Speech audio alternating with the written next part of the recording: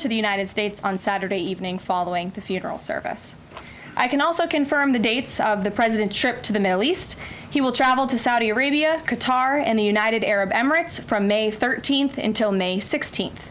And on Thursday of this week, President Trump will welcome Norwegian Prime Minister at the White House for a working visit.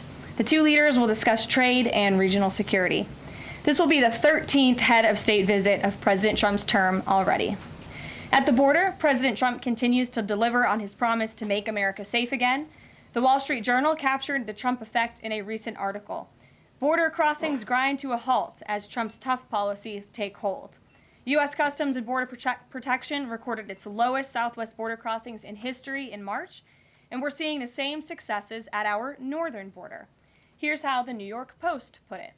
Northern border sector previously overrun by illegal migrants sees dramatic drop in crossings. We haven't seen anyone since November, end quote. According to U.S. Customs and Border Protection, just 54 illegal aliens were apprehended in the Swanton sector of our northern border, which stretches more than 300 miles in March. This is a drastic 95% drop from the more than 1,000 border crossings that were caught in March 2024. This is a main hotspot area that recorded more than 80% of all apprehensions along the northern border during the 2024 fiscal year. And new reporting from the Washington Times fully highlights the difference in Joe Biden's disgraceful approach to the border compared to President Trump's. Under Trump, border catch and release has dropped 99.99% from worst Biden month. You can't get much better than that. This statistic in particular is astounding. Border Patrol agents caught and immediately released 189,604 illegal aliens into the United States in December 2023 at the height of the Biden border crisis. But under President Trump, Border Patrol agents caught and released only 20 illegal aliens into the U.S. in the month of February. Thanks to President Trump, operational control of the border is becoming a reality, and the administration's historic enforcement measures are yielding huge results. Illegal aliens are finally getting the blunt message. If you cross the border illegally, you will be swiftly deported and never return to the United States of America. Efforts to arrest the criminal illegal alien invaders are continuing to ramp up. ICE Chicago arrested a Mexican national convicted of predatory sexual assault of a child in Cook County, Illinois. This week, ICE Denver arrested a Mexican national convicted of sexual assault of a child in Houston County, Texas. ICE Miami arrested a Nicaraguan convicted of aggravated battery in Hillsborough County, Florida. ICE Houston arrested a Salvadorian national convicted of attempted sexual assault of a child in escape in Dallas County, Texas. And ICE Chicago arrested a Mexican national convicted of aggravated sexual abuse of a minor in Illinois. Despite the Democrats' insane objections, President Trump will continue to embolden law enforcement officers to arrest dangerous legal alien criminals and keep our communities safe. And also thanks to President Trump's America First economic approach, investments continue to pour into our country. Swiss pharmaceuticals company announced they will be investing $50 billion in the United States over the next 5 years, creating 12,000 new quality jobs. Regeneron Pharmaceuticals also agreed to pay Fujifilm Technologies more than $3 billion over the next decade to help manufacture its medicines in the United States. It's a top priority for President Trump to ensure we are producing critical medicines and pharmaceutical drugs right here in America, and that is exactly what we continue to see happen every day.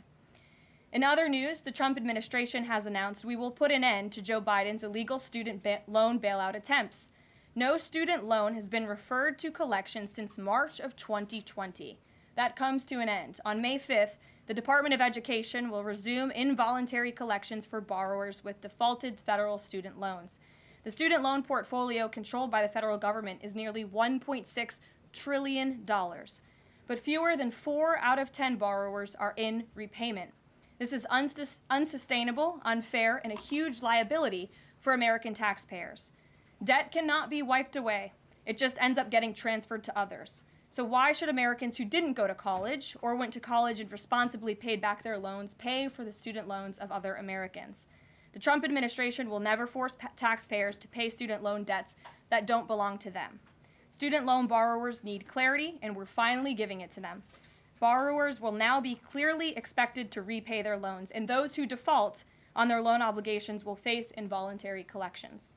The government can and will collect defaulted federal student loan debt by withholding money from borrowers, tax refunds, federal pensions, and even their wages. America is $36 trillion in debt. We must get our fiscal house in order and restore common sense to our country. If you take out a loan, you have to pay it back. It's very simple. President Trump will not kick the can down the road anymore. Before we open it up to questions today, I want to commend our pool photographer who is in the room with us today. ABC News photojournalist Melissa Young is retiring after 44 incredible years on the job, covering here at the White House.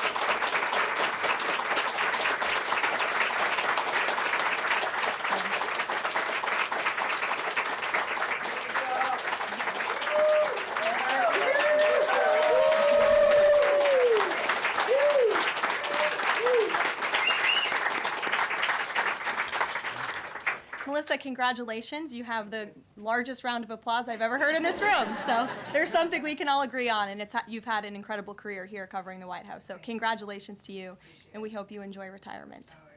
I'm sure you will. And everybody else in the room will be very jealous of you as you're enjoying your rest. All right, let's get to it. We have an individual in our new media seat today. His name is Tim Pool. He's a political commentator and a media entrepreneur with millions of followers, a very big platform. Currently hosts Timcast IRL, a daily news and discussions show, and The Culture War, a weekly podcast exploring cultural and political issues. His programs feature in-depth conversations on topics such as free speech, censorship, identity politics, and societal change, often engaging with a diverse range of guests. He's in Washington today because we are also hosting a local media row across the street in the Eisenhower building, which is a testament to our commitment to bring new voices into the White House to cover the president and this administration. So Tim, why don't you kick us off today? Yes. Many of the news organizations that are represented in this room have marched in lockstep on false narratives, such as the Very Fine People hoax, the Covington smear, and now what's being called the Maryland Man hoax, where an MS-13 gang member adjudicated by two different judges, I believe, is just simply being referred to as a Maryland Man over and over again. Now, in an effort from the White House to expand access to new companies, you've created this new media seat. So I'm wondering if you can comment on following this expansion, you've had numerous outlets disparage the companies that you've had sit here, as well as the reporters. I'm wondering if you could comment on the unprofessional behavior, as well as elaborate if there's any plans to expand access to new companies. Sure. Well, we certainly welcome diverse viewpoints in this room, which is one of the reasons we have you in here, and there's many new faces in this room in comparison to the previous administrations. We want to welcome all viewpoints into this room. We welcome unbiased journalists who really care about the truth and the facts and the accuracy, and you rightfully pointed out the Maryland Man story, which I, from this podium, when The Atlantic published it, on that very first day, I came to this podium and said, this is wrong. The press in this room have this story wrong, and we have seen more and more evidence come to the table that we have had all along.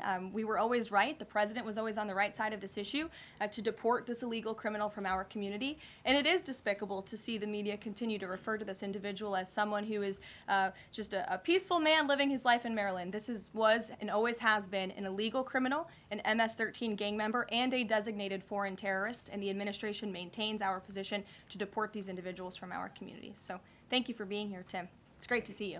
Thank you. Dasha, why don't you kick us off? Thank you, Karoline. You're welcome. I really appreciate it. I have two questions, one on the Pentagon and another on the economy. You said on Fox News that the entire Pentagon is working against Secretary Hegseth, but the people who were fired were Hegseth's own guys. So how do you square that, and what do you say to concerns that that's bad management? They were Pentagon employees who leaked against their boss to news agencies in this room. And it's been clear since day one from this administration that we are not going to tolerate individuals who leak to the mainstream media, particularly when it comes to sensitive information. And the Secretary of Defense is doing a tremendous job, and he is bringing monumental change to the Pentagon. And there's a lot of people in this city who reject monumental change, and I think, frankly, that's why we've seen a smear campaign against the Secretary of Defense since the moment that President Trump announced his nomination before the United States Senate. Let me reiterate, the president stands strongly behind Secretary Hegseth in the change that he is bringing to the Pentagon, and the results that he's achieved thus far speak for themselves. Is there an FBI investigation into the leaks? The secretary said that these people would be prosecuted, so is the FBI investigating? You'd have to ask the FBI, you have to ask the Department of Justice on what they plan to do, but certainly we take leaks with the utmost seriously across this administration. You've seen people fired from the Department of Homeland Security. The president has made it clear it's an unacceptable behavior. On the economy, Caroline, Peter Navarro said that it's perfectly possible to do 90 deals in 90 days. We haven't seen one just yet. How soon might we see a deal, and what evidence can you share that progress is being made in these trade negotiations? Sure. Well, I spoke to our entire trade team this morning. There is a lot of progress being made. We now have 18 proposals on paper that have been brought to the trade team. Again, these are proposals on paper that countries have proposed to the Trump administration and to our government. You have Secretary Bessent, Secretary Lutnick, Ambassador Greer, NEC Director Hassett, and Peter Navarro, the entire trade team, meeting with 34 countries this week alone. We are moving at Trump speed to ensure these deals are made on behalf of the American worker and the American people. And just yesterday, it seemed to get a little bit lost in the news, and I think it's a disservice to the American public that it did. The Vice President announced terms of reference for a trade deal with India. That is a big deal. We know when we look at the numbers, the monetary trade barriers and the non-monetary trade barriers from India, they have been ripping off the United States and American workers for a very long time. So the fact that the Vice President, with Prime Minister Modi, on that trip in India, announced these terms of reference, which is essentially a framework to move the ball forward to sign a good trade deal between our two nations, is great progress, and it speaks to the work ethic and the real labor that's being put into this effort by the president's trade team. Sure. Go ahead. Does the proposals that you talk about, is that enough to extend the pauses on these reciprocal tariffs, or does the president need to see, these deals inked and signed to offer any sort of additional extension beyond the 90 days? Well, look, ask me in July when the deadline hits. I know I'll be answering those questions from all of you in this room. There's a lot of time left, and the president's trade team is working again at Trump speed as quickly as they can to ensure that these deals can be made. Are any of those conversations yet with China happening? I actually do have something to share on that. I asked the president about this before coming out here, and he wanted me to share with all of you that we're doing very well in respect to a potential trade deal with China. As I mentioned, there have now been 18 proposals in more than 100 countries around the world who are wanting to make a deal with the United States of America, and the president and the administration are setting the stage for a deal with China. So we feel everyone involved wants to see a trade deal happen, and the ball is moving in the right direction. Sure. Setting the stage for a deal with China, what does that mean? Has the president spoken directly with Xi yet? I don't have anything to read out on a direct talk between the president and President Xi, but we will continue to keep you updated. And Secretary Bessent reportedly today told investors that the trade standoff with China he expects will be de-escalating soon because, as he described it, reportedly the situation is unsustainable. Is the president considering taking steps to de-escalate the situation with China? Again, I just read you words directly from the President of the United States. Those are moments ago. That's where his head is at right now. Caroline. Sure. Caroline, I have two questions, one on immigration and one on China. First on immigration. Roughly how many illegal immigrants and aliens do we have in our country, and how many does the administration plan on deporting? Sure. Well, you'd have to ask the Department of Homeland Security for a specific number, but we suspect it's definitely in the millions, perhaps upwards of 20 million people that were allowed into the country illegally by the previous administration. And the president and his team are focused on deporting as many as we possibly can, and they are moving as quickly as possible. The president's team has made it clear we need more funding from Congress to do more. We need more ICE agents out on the ground doing this very important work. And we also need rogue district court judges to stop acting as judicial activists, trying to block the administration from deporting illegal criminals from our nation's interior. The American public elected the president to do this, and he's following through with that promise. And we have over 250,000 Chinese nationals in our country right now on student visas. Does the administration believe there's any national security concern when it comes to those over 250,000 Chinese nationals in our country? Well, as you know, when it comes to foreign visas, the Secretary of State has the right to revoke visas of those who we feel are acting in a adversarial way to our foreign policy interests here in the United States. He has that authority according to the Immigration and Nationality Act.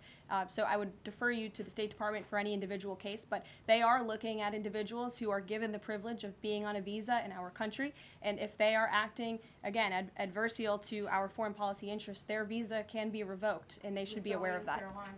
Sure, go ahead. Yes, I'm calling on you. Thank you, Caroline. You're welcome. Over the last few weeks, several countries have warned their citizens about travel to the U.S., and the Department of Commerce's own stats know that show that from a lot of countries, the number of visitors is falling. Does the White House have any message for people that might be reconsidering business or tourism travel to the U.S.? Where did you see that report? With the statistics coming from the Department of Commerce, Said what? It's That- hard to hear you. Sorry. that visitors from a lot of countries have fallen in the last 3 months. I'd have to look at that report to comment on the merits of it. I think most people around the world recognize the United States of America is a great place to do business. It's a beautiful place to visit, and they should certainly come here because it's a much safer country than it was 4 years ago under the previous president. Libby, good to see you.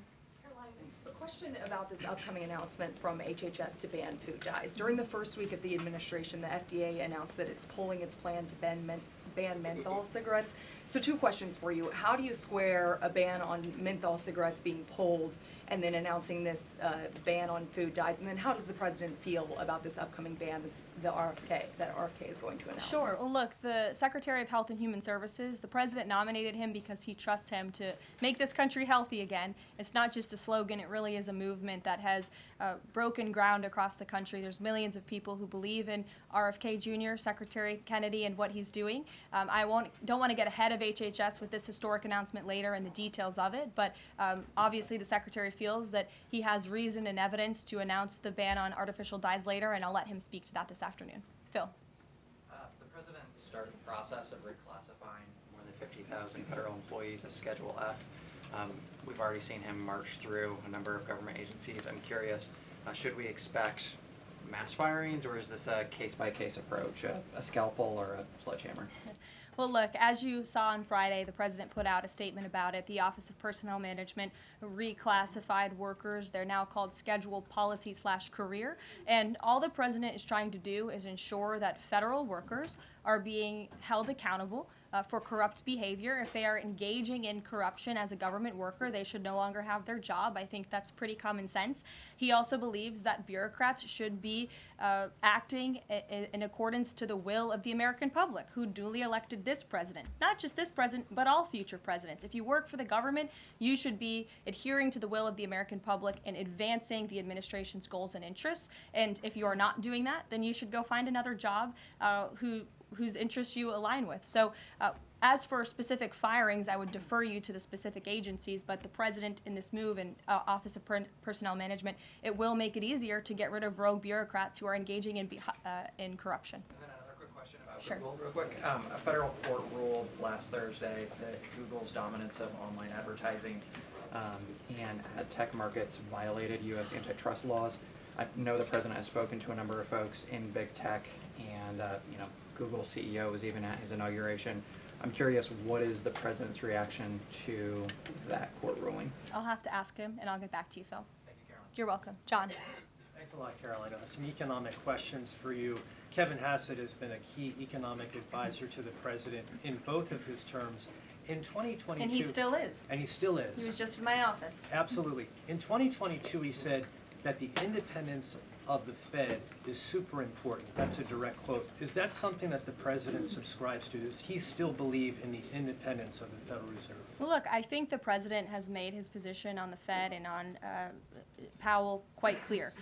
The president believes that they have been making moves and taking action in the name of politics rather in the name of what's right for the American economy. The president has the right to express his displeasure with the Fed, and he has the right to say he believes interest rates should be lower. He believes Americans should be able to borrow money cheaper than they currently are right now. And I also spoke to Kevin Hassett about the Fed as well, and he has called into question the Fed's independence and whether they are actually doing things, again, out of the best interest of the economy, or are they doing it for for partisan reasons. The president wants to see interest rates lower. He has made that quite clear. We've also seen, Sure. if I may, Thank I'm you. sorry, one more, Caroline, just about, I said 2 economic questions. About the dollar, we've seen the dollar at multi-year lows versus the euro and other currencies around the world. Is it the administration's policy for a strong dollar?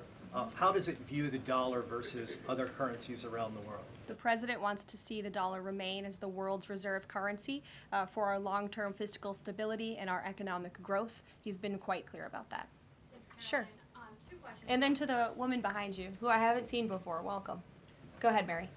Earth Day and then the Supreme Court, if that's okay. That's right. It's On- Earth Day. Yes. Happy Earth Day, everyone. I saw the president truthing about the garbage pileup from China in the Pacific, and then I believe Lee Zeldin is headed to San Diego to investigate the pile of sewage from Mexico. Can you speak to what the White House has planned for Earth Day and anything in that arena? Sure. I do have points from the EPA. Administrator Zeldin's doing a fantastic job, and they are always sharing their accomplishments with the White House, which we very much appreciate. He will be traveling. I believe he's in California today for sewage situation. Here you go. Administrator Zeldin met with his Mexican counterpart to discuss steps Mexico needs to take to ensure the water entering the United States is clean and safe. And he's holding a press conference in San Diego today with elected officials and local stakeholders on the Tijuana River sewage crisis. I would also add from the president himself, he has always maintained he wants America to have the cleanest air and the cleanest water.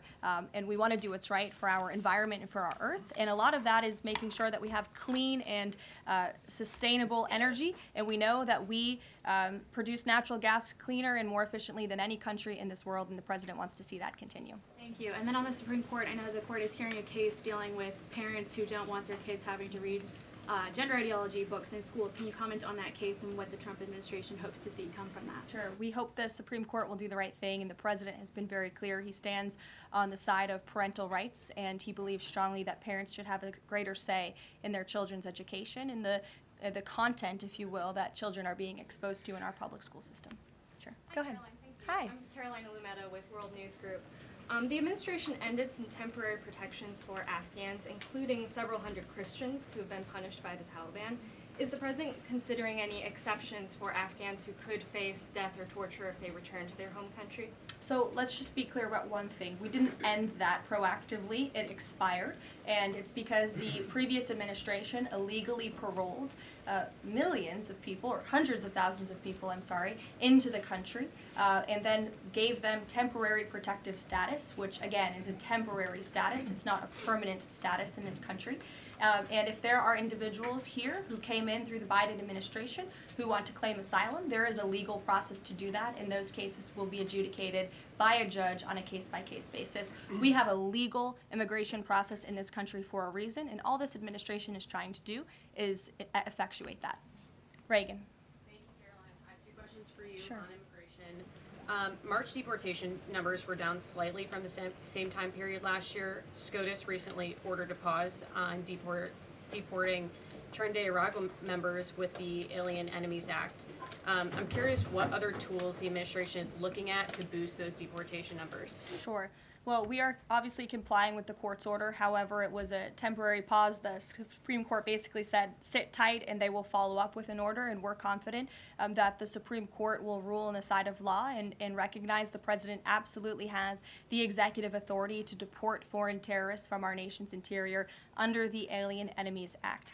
We feel very strongly about that, and we're confident the courts will side with the president and his executive authority. As for deportations, we continue to deport illegal criminals under Title VIII, which is an immigration authority given to our Border Patrol agents and the Department of Homeland Security to deport illegal criminals from this country. And the administration continues to do that at record speed as quickly as they can with the resources that they have. They recently dropped charges against the MS-13 leader caught in Woodbridge, Virginia, with the idea that this will expedite the deportation process. Does the administration plan to drop charges against other criminal illegals to speed along the deportation process? You'd have to ask the Department of Justice. Obviously, that's within their purview, and I can't speak for them. However, it is our goal to deport as many illegal criminals and aliens from our country as we possibly can, as quickly as we can. Jackie. Thank you, Caroline. We've heard so much about this Saudi trip planning, and the president's mentioned it himself before, but I don't think we've ever heard on the record what he hopes to achieve in Saudi Arabia and what the purpose of the trip is. Sure. Well, the president looks forward to this. It was supposed to be his first foreign visit, but of course now he is going to Rome this weekend to honor the Pope and attend the funeral. The president looks to strengthen the ties between the United States and these countries in which he will be visiting. He'll be having many bilateral meetings and talks, and we look forward to the trip and hope to see many of you there. And the meetings in London this week, do they have any nexus with the plans in Saudi Arabia? I can't speak to that. However, I do have an update on meetings when it comes to the Russia-Ukraine war. I was just in the Oval Office with the President, Steve Witkoff, and they wanted everybody to know that the negotiations continue. We feel, again, we're hopefully moving in the right direction, and the special envoy, Steve Witkoff, will be heading to Russia again later this week to continue talks with Vladimir Putin. Is that why Rubio is not heading to London? Is he accompanying Witkoff to Moscow? I can't speak for the Secretary of State's travel schedule. I'd defer you to the Department of State. And then more broadly, just about the peace agreement, the talks that are ongoing. Secretary Rubio had said that if things don't go the right way, that the U.S. might need to take a step back.